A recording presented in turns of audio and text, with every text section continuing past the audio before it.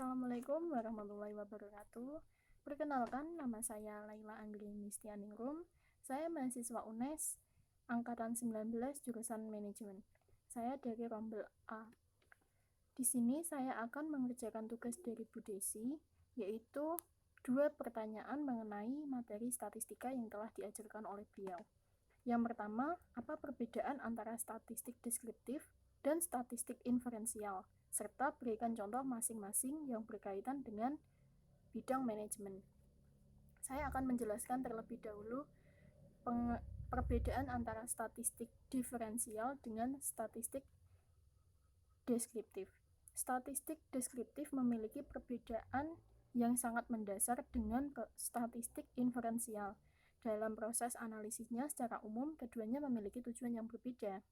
Statistik deskriptif bertujuan untuk mendeskripsikan karakteristik data, sedangkan statistik inferensial bertujuan untuk mengambil kesimpulan untuk populasi dengan analisis sampel.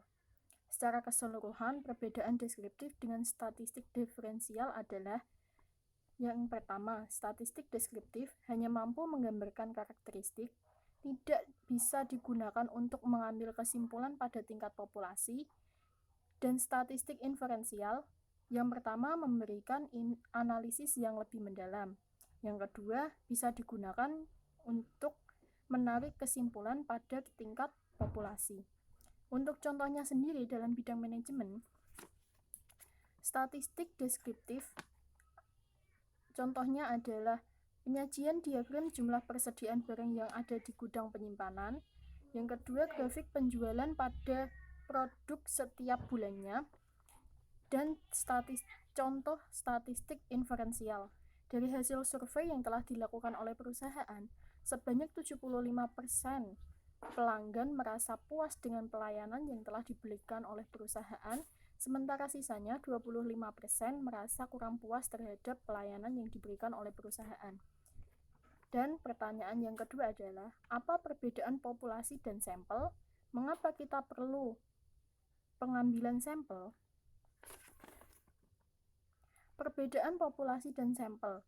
Populasi adalah kelompok objek pengamatan yang dapat berbentuk barang, hewan, manusia, dan lain sebagainya yang digunakan sebagai bahan riset atau sering disebut sebagai keseluruhan objek yang diteliti.